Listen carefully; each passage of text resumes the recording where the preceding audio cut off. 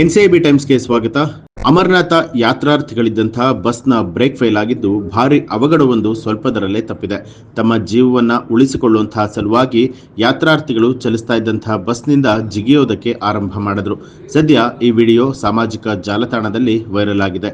ಘಟನೆಯ ಸಂಬಂಧ ಪೊಲೀಸ್ ಅಧಿಕಾರಿಗಳು ಯಾವುದೇ ಸಾವು ನೋವುಗಳು ದೃಢಪಡಿಸಿಲ್ಲ. ಆದರೆ ಪುರುಷರು, ಮಹಿಳೆಯರು ಮತ್ತು ಮಗು ಸೇರಿದಂತೆ 10 ವ್ಯಕ್ತಿಗಳಿಗೆ ಗಾಯಗಳಾಗಿದೆ ಅನ್ನೋದು ವರದಿಯಾಗಿದೆ. ರಾಷ್ಟ್ರೀಯ ಹೆದ್ದಾರಿ 44ರ ರಂಬನ್ ಜಿಲ್ಲೆಯಲ್ಲಿ ಈ ಘಟನೆ ನಡೆದಿದ್ದು, ಅಮರನಾಥದಿಂದ ಹೋಶಿಯಾರ್ಪುರಕ್ಕೆ ತೆರಳುತ್ತಾ ಇದ್ದಂತಹ ಬಸ್ನ ಬ್ರೇಕ್ ಫೇಲ್ ಆಗಿದೆ. ಗಾಬರಿಗೊಂಡ ಯಾತ್ರಾರ್ಥಿಗಳು ಬಸ್ನಿಂದ ಜಿಗಿದಿದ್ದಾರೆ.